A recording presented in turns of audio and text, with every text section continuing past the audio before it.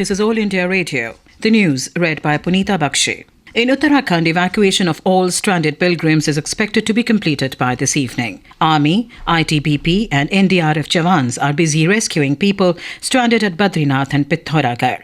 The process was disrupted due to bad weather. 17 helicopters have been pressed into service for the evacuation operation. Besides, small helicopters are on duty to drop food packets and other essential items to villagers affected by nature's fury. Kerosene and gas cylinders are being provided to the villagers at subsidized rates.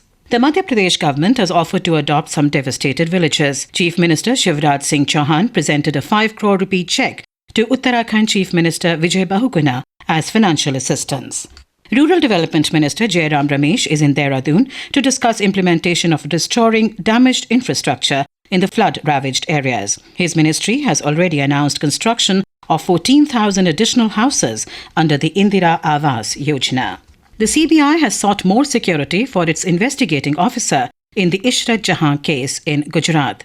CBI Director Ranjit Singha told reporters that the investigating agency has written to the Home Ministry to provide security to the officer. The agency has also approached the Maharashtra and Gujarat government for the process. According to reports, SP rank officer of the CBI, Sandeep Tamgadge, is reportedly receiving threats.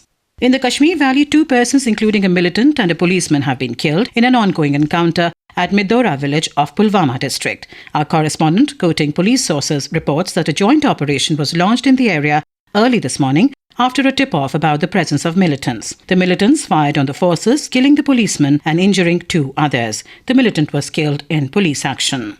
The countdown for the launch of India's first navigation satellite, IRNSS-1A, is progressing smoothly at Sriharikota in Andhra Pradesh. ISRO officials said it would be launched at 11:41 p.m. tonight. This is for the first time that ISRO is launching a rocket around midnight. Around 20 minutes after the launch, the Polar Satellite Launch Vehicle, PSLV-C-22, will inject IRNSS-1A. The 1,425 kilogram navigational satellite IRNSS-1A will provide terrestrial, aerial and marine navigation services and help in disaster and fleet management across the region. The Supreme Court in Nepal has issued a show-cause notice to the President and Prime Minister of Nepal over the June 14th ordinance on the Constituent Assembly members' election. A single bench of Justice Tadka Raj Bhatta yesterday ordered the defendants in the case to be present before the Supreme Court within the next 15 days along with a written clarification on the election ordinance. The defendants in the case include the Office of President, the Chairman of Council of Ministers